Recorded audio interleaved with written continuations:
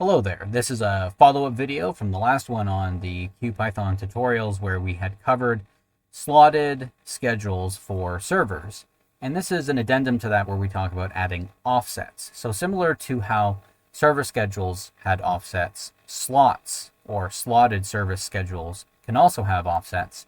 So we've got the same setup as in the previous video. We've got these slots 1.5, 2.3, 2.8 for the times that the service is allowed to begin.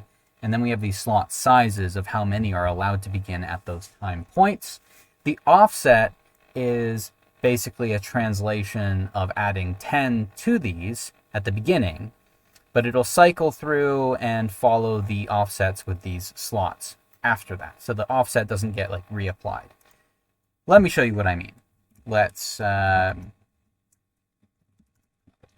here and go Python how to set slotted services. So see, we've got 11.5, which is 1.5 plus 10. We've got 12.3, which is the same as 2.3 plus 10. And we've got 12.8, which is equal to the same thing as 2.8 plus 10. And then we continue on with adding another 1.5 to get us to 14.3, and then up to 15.1 and 15.6.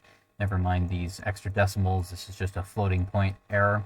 So the offset is basically applied once at the beginning, and you will keep continuing cycling adding these.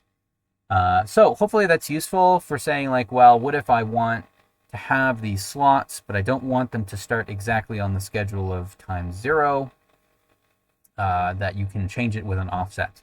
So I will catch you in the next Q tutorial, and in the meantime, enjoy doing discrete event simulation with the CubePython package.